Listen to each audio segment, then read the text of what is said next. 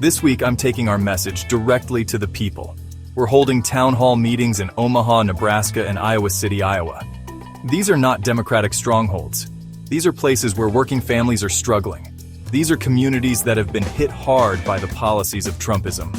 We need to have a conversation with these Americans. We need to listen to their concerns. We need to explain how our vision for America, and America based on economic justice, social justice, racial justice, and environmental justice, will benefit them and their families. These town hall meetings are about more than just talking. They are about building a grassroots movement to defeat Trumpism. They are about taking our democracy back from the billionaires and the special interests. They are about creating a government that works for all of us, not just the wealthy few. Let me be very clear. Defeating Trumpism is not about defeating one man. It is about defeating an ideology. It is about defeating the forces of greed, hatred, and division that Trump represents. And we cannot defeat this ideology simply by electing Democrats to office. We need a grassroots movement that is active in all 50 states.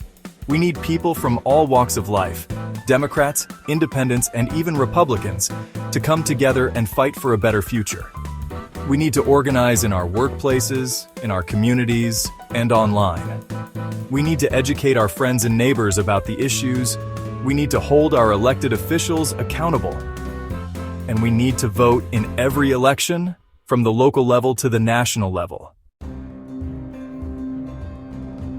Trumpism thrives on three things: money, media control, and authoritarianism. First, it is fueled by unlimited amounts of money from billionaires like Elon Musk, who see Trump as a useful tool to advance their own interests.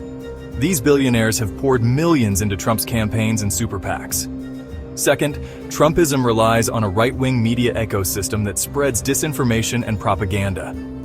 Fox News, Twitter, and other outlets have become echo chambers for Trump's lies and conspiracy theories. Finally, Trumpism is characterized by a disdain for democracy and the rule of law. Trump believes that he is above the law and that he can do whatever he wants. He has attacked the free press, the judiciary, and the intelligence community. Section 4. The Real America.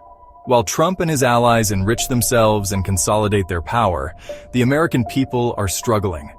60% of Americans are living paycheck to paycheck.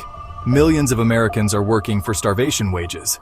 85 million Americans are uninsured or underinsured. 25% of senior citizens are living on $15,000 a year or less. And childhood poverty in this country is a national disgrace. These are the issues that we should be talking about. These are the issues that we should be fighting for. But instead, Trump and his Republican allies are obsessed with cutting taxes for the wealthy, destroying our social safety net, and rolling back environmental regulations.